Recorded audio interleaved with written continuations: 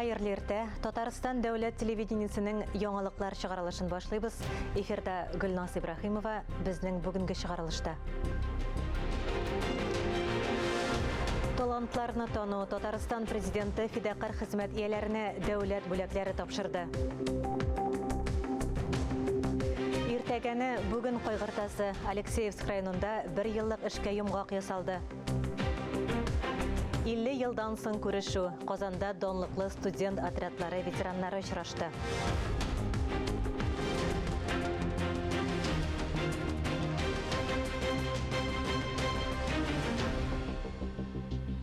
Татарстан һәм илебез өчен нәтиҗәле эшләвебезне дәвам итәбез дип белдерде Татарстан Республикасы президенты Рөстәм Миңнеханов фидакарь хезмәт ияләрен кутлаганда. Казан Кремлендә узган тантанадан безнең махсус репортаж. Bir рәхмәт мең бәләдән коткара. Тантанада рәхмәт сүзләре күп яңгырады әлбәттә, әмма хезмәтенә күрә хөрмәте республиканың мөхтәрәм һәм лаеклы кешеләренә рәхмәт белән бер рәттән Россия Федерациясе һәм Татарстан Республикасының дәүләт бүләкләре дә тапшырылды. Әдәбият сәнгать дөньясыннан хәбәрдар булучылар Газинур Моратның халык шагыйре исеменә лаек булуын бик хуплап каршы алды. Күптән лаек. Назим Хикмәт заманда татар теле ул бийек шагыйрьләр теле дип язып калдырган. Менә шушы телдә уйлап, язып, иҗат итеп яшәү ул миңа калса безнең гомеребезне тагын да мәгънәлерәк итә шикелле. Шигърияттан тыш сәнгатьнең башка юнәлешләрендә дирижер Анатолий Шутиков, артист Гөлшат Шәрәпова, балетмейстер Райля Гарипова бүләкләнде. Президенттан бүләк алу, ул да бик зур дәрәҗә. Әлбәттә, дулкынланып китәсең. Ничек әйтим инде, канатлар үсә. Тагын да яңадан яңа әсәрләр чыгарырга Худай насип итсен. Әлбәттә, сезнең талантыгызның һәм осталыкның төп дәлиле халык мәхәббәте һәм казанышларыгыз, диде Рөстәм Миңнеханов фән, мәдәният һәм сәнгать вәкилләрен кутлаганда. Татарстанның бай тарихи мәдәни мирасы, милли гореф-гадәтләре бар. Шулай ук Татарстан Республикасы президенты Рөстәм Миңнеханов быелгы елның махсус хәрби операция шартларында узуын искәртеп, анда чакырылучыларга һәм аларның гаилә әгъзаларына ярдәм оештыруда актив катнашкан республика предприятиеләре, иҗтимагый оешмалар, гомумән битараф булмаган Татарстан халкына рәхмәтен җиткерде. Путин тирәсендә тупланып без авырлыкларны бергә җиңеп чыгабыз дип ассызыклады.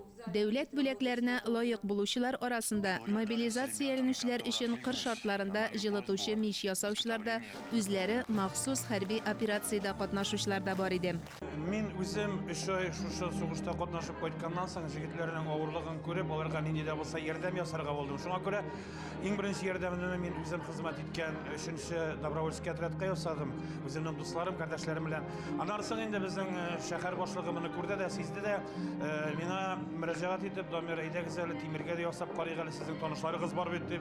Мин непосредственно инде безнең Тимердәге булган җегетләр белән связьга чыгып, аларның кая торганнарын белешеп, бик зур күләмдә аларга гуманитар ярдәм иттек.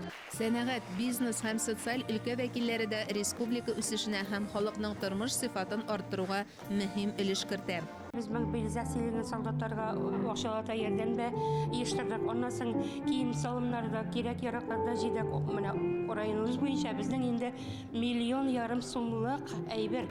Татарстанның от казанган терлекчесе исеменә лаек булган Әлфия Шәйхетдинованың сыер саучы булып эшли башлавына 36 ел.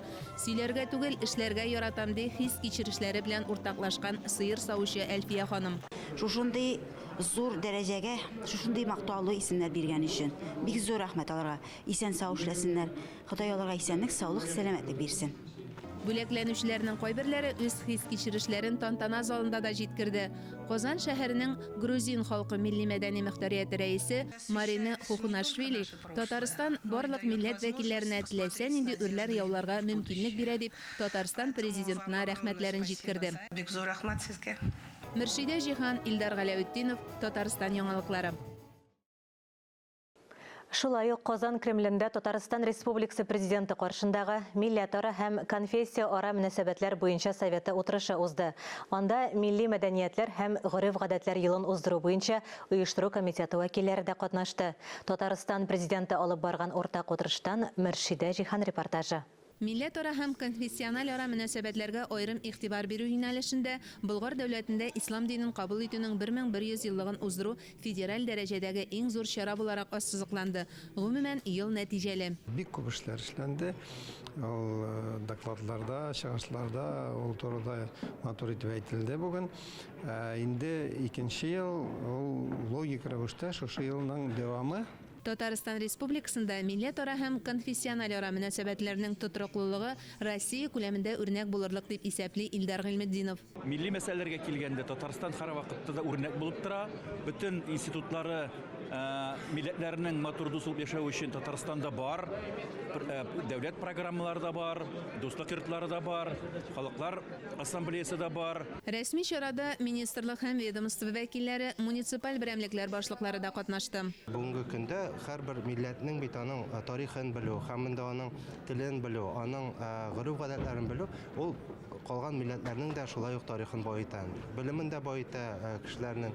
Һәм менә ул киләчәктә дә без шул ук юнәлештә эшләргә дип нәтиҗә кылдык. Утырыш барышында мәдәниятне, милли традицияләрне үстерүдә югары уку йортларының да әһәмияте ассызыкланды. Бу яктан бик матур эшләй институт филология культуры коммуникация, филология институтында безнең. И үзегез беләсез Радис Феркач Замалиевны, ул якны аның институты, аның командасы ул яктан бик матур эшләп барды. Милли мәдәниятләр һәм гореф-гадәтләр елында булачак чараларны киң даирәгә дөрес итеп яктырту өчен журналистларга бу өлкәдә укулар оештыруда тәкъдим ителде. Шуңа күрә кешеләрне өйрәтергә кирәк. У нас достаточно много талантливых журналистов. Сделать некую специализацию, обучение, курсы. Если надо, пошлем их в разные точки, где можно что-то подучить. Мөршидә Җиһан, Илдар Галәветдинов, Татарстан яңалыклары. Яңа 2023 елга санаулы көннәр калып бара. Шуңа да Татарстан Республикасы министрлар кабинетында яңа ел каникулы чорында урыннарда чаралар үткәрү турында зур брифинг булып узды. Әлеге чарада безнең хәбәрчебез Фәннур Хәсәнов та булып кайтты. Нәни дусларына Тинчурин театры Тосымлы арена дип аталган өр-яңа әкият тәкъдим итә. Әлеге сөйләшү бик урынлы иде, чөнки сораулар күп. Елны ничек узатабыз, киләсе елны ничек каршылыйбыз, кайда каршылыйбыз, нинди әзерлек белән, Казаныбызга, гомумән Татарстаныбызга килгән кунакларны ничек ял иттерә алабыз, муниципаль районнар нәрсә тәкъдим итә, кайда, кайчан чыршы бәйрәмләре оештырыла, саклану чараларын кем оештыра, барлык сорауларга да биредә төгәл җавап алынды. Татарстан Республикасы мәдәният, яшьләр эшләре, мәгариф һәм фән, спорт министрлыклары, туризм буенча дәүләт комитеты, Казан шәһәре башкарма комитетының мәдәният идарәсе вәкилләре үз җаваплылыгындагы сорауларга аңлатма бирде. Менә 28 декабрьдән 8 январьга кадәр безнең шушындый мөмкинлек тудырыла. Һәрбер әтиянигә бала белән булырга, һавага чыгарга, спорт белән шөгыльләнергә, театрга барырга, концертларга барырга, авылга кайтып килергә, урманга барырга, гомумән рәхәтләнеп ял итәргә. Яңа елны каршылауга әзерлек инде тәмамланып килә. Барыбызга да матур яллар, бәйрәм шатлыгына хозурланырга мөмкинлекләр булачак дигән ышаныч белән чыктык әлеге брифингтан. Фәннур Хәсәнов, Владимир Юрков, Татарстан яңалыклары. Совет иленең төзелеш отрядлары 20 гасырдагы яшь романтикларның иң тыңгысыз кабиләсе. Алар рюкзак һәм гитара күтәреп, төзелештә урып җыюда катнашып, үз куллары белән никадәр зур эш башкара алганнарын исбатлаучылар. Татарстанда оешкан беренче төзелеш отрядларының Әстерхан өлкәсенә баруларына 50 ел вакыт узып та киткән. Мәскәү, Ленинград һәм союздаш республикалардан 45 меңнән артык студент бер юлы Әстерхан өлкәсендә хезмәт куя. Бу эштә республикалы студентлар да санатмый. Татарстан төзелеш отрядлары рекордлы нәтиҗәләр күрсәтеп, күп тапкырлы социалистик ярышларда җиңү яулаганнар. Айруча 80нче елда илебездә Олимпиада узган вакытта югары йөкләмәләр алып беренчелекне бирмәгәннәр. Олимпиада елны без специальные поля были. Шунда җидек, үзебез баржага грузиттек, машиналарга Мәскәүгә барып, үзебез саттык. Шул Олимпиада елны. Көн сайын без искә алабыз. Нишләп? Ул безнең яшьлек. Әзерлек эшләре алдан башланып, ел дәвамында студотряд штабы эшләп килгән. Биредә булачак командир һәм комиссарларны әзерләгәннәр, хезмәт саклау нечкәлекләрен төшендергәннәр, агитбригада төркемнәрен оештырганнар.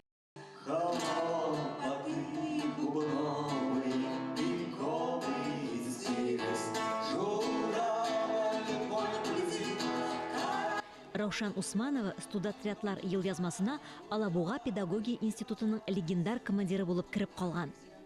Я не зря впервые из коробочек достала то, что... Юкка гына иң кадерле ядкәр булып сакланган студотряд киемнәрен киеп биргә килмәдем.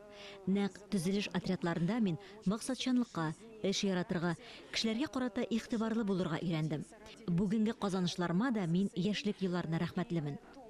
Баштарак студентлар күбрәк төзелеш, җиләк-җимеш җыюда катнашса, соңрак медицина отрядларында туплана башлый. Ак төстәге униформа булачак табибларны башкалардан аерып тора. Хәзердә инде безнең ел буена медицина отрядлары эшли. Студенческий медицинский отряд дип атала инде ул. Ул отрядлар районнардагы больницаларга ярдәм күрсәтә, кешеләргә булышалар. Һәм дә инде үзләре профессионал эшкә әзерләнәләр, шулай итеп. Практика кулланалар, карыйлар ничек эшләргә икәнен. Ул инде әйтергә кирәк, ярдәм итә аларның укуына да. Соңгы берничә елда хәрәкәткә яңа сулыш керә. Казан медицина университеты студенты, табиблар нәселен дәвам итүче Ольга Максимова өчен студотрядлар сафында булу гадәти, чөнки аның дәванисе, әнисе дә җәйге каникул вакытларын төзелеш отрядларында уздырганнар. Приезжаем на разные объекты на работу. Каникулларда төрле объектларга эшкә чыгабыз. Уку вакытында исә волонтерлар хезмәтен күрсәтәбез яки чаралар оештыруда булышабыз. ТССРдан Әстерхан өлкәсенә барган беренче студентлар отрядының 50 еллыгына багышланган тантана данлыклы Казан медицина университеты диварларында узды. Аны уку йортының чыгарылыш лигасы оештырган. Университетның ректоры кайчандыр үзе дә студотрядчы булган Алексей Созинов килүчеләрне җылы сәламләп, хатирәләр белән уртаклашты. В 1976 году мы этим гордимся. Первый в Советском Союзе студенческий медицинский отряд был создан. 1976 елда Советлар Союзында беренче медицина отряды безнең уку йортында барлыкка килә. Без моның белән шиксез горурланабыз. Кулына диплом алган 80 мең табибларның 10 меңе строй отрядларда тормыш мәктәбен узган. Төзелеш отрядлары Советлар Союзы чорындагы студентлар тормышының иң якты битләрен чагылдыручы хәрәкәт. Бүгендә яңа ысуллар белән яшьләрне берләштереп тарихын дәвам итә. Эльза Ахмеджанова, Ирек Хамидуллин, Татарстан яңалыклары. Берникадәр тәнәфестән соң чыгарылышыбызны дәвам итәрбез, бездән аерылмагыз. Эфирда яңалыклар программасы дәвам итәбез. Яңа эшкәртү цехлары, авыл кибетләре һәм агросәнәгать хезмәтчәннәренә яңа мөмкинлекләр. Татарстан авыл хуҗалыгы һәм азык-төлек министры Марат Җаббаров яңа объектларны карау һәм авыл хуҗалыгы алдынгыларын котлау өчен Алексеевск районында булды. Алексеевск халкына айырым игътибар бирелде. Хәзер Красный Баран авылында яңа фельдшер-акушерлык пункты һәм халыкка комплекслы хезмәт күрсәтү пунктлары бар. Авыл кибете президент программасы буенча төзелә.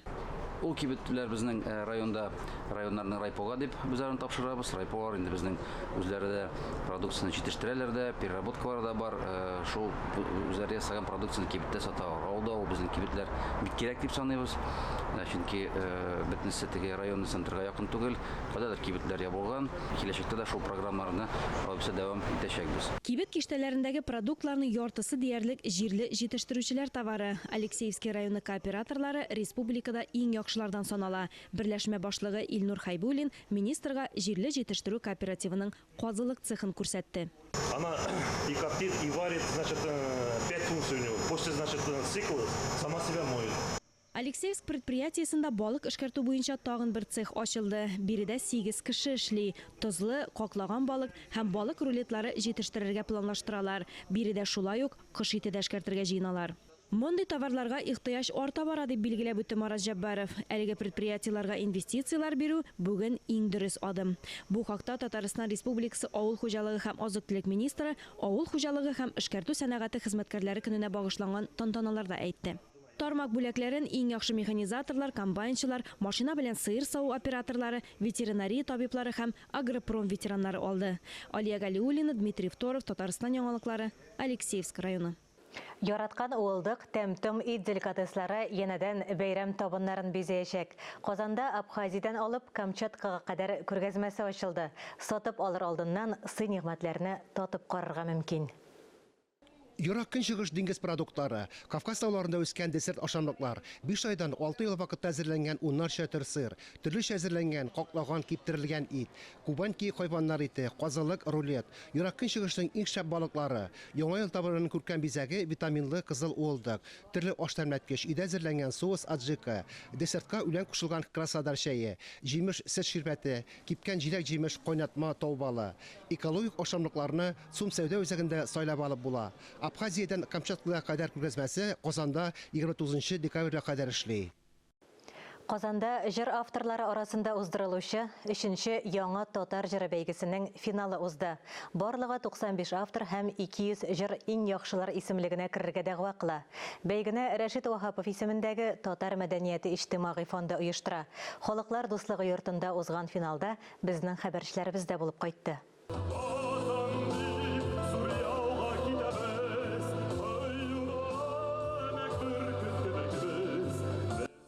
Бүгенге көн вазгыятын чагылдырган ил дәшкән чагында җырының сүзләрен Олсина Саляхова, көен Азат Халимов иҗат иткән. Патриотик хисләрне чагылдырып, аны Татарстанның халык артисты Рөстәм Асаев башкарды. Быел да конкурс зур кызыксыну яткан. Оештыру комитеты түгел 200 җыр кабул иткән. Туган тел, туган җир, ана, бала, балачак, мәхәббәт, конкурска тәкъдим ителгән җыр темалары төрле. Быел да безнең максатыбыз инде ул Электәнчегедә бүген дә шулай булып кала. Татар җыр сәнгатен, татар эстрадасын затлы, сыйфатлы, зәвыклы җырлар белән баету. Алар бәлки бик күп тә булмас, алар күп була да алмый. Әмма ләкин инде быел без тыңладык, экспертлар комиссиясе тыңлады, конкурсның теге ярым финалы үтте. Аллага шөкер, урынга лаеклы һәм безнең җырчыларыбызның репертуарына керергә лайык җырларыбыз бар. Бәйгедә исемнәре әлегә билгеле булмаган авторларда, шулай ук танылган җырлар иҗат иткән Илгиз Закиров, Диля Булгакова, Айдар Юнусовлар катнаша. Композитор, автор башкаручы һәм продюсер Гүзәлия яңа татар җыры бәйгесендә инде 3нче ел 4 җыр җибәргән. Берсе балалар өчен, калганнары иң яхшы татар җыры номинациясендә катнаша.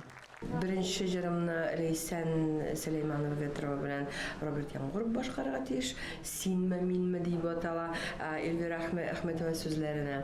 Мәхәббәт турында шундый хисле, шундый темпераментлы җыр. Экспрессия белән җырлана торган. Бәлки бөтенләй бу теге киң таралган форматта түгел ул. Стилистикасының бераз аерылып тора.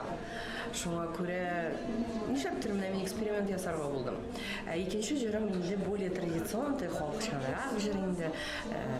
Аны Эльвира Хамматова башкара, анысының да сүзләре Эльвира Әхмәтованың. Конкурста яшь буенча һәм географик чикләүләр юк. Иң яшь автор Мөслимнән 15 яшьлек Эльвир Габдрахманов. Иң өлкәне 92 яшьлек легендабыз Мәсхүд Имашев. Авылым дигән җыр исеме. Эчтәлеге дә авылыма яратуым, авылыма хисләремне ничек яратам. Минем сүзләремдә дә минем дустым, ул минем ошак, минем күңелем. Җырым үтте.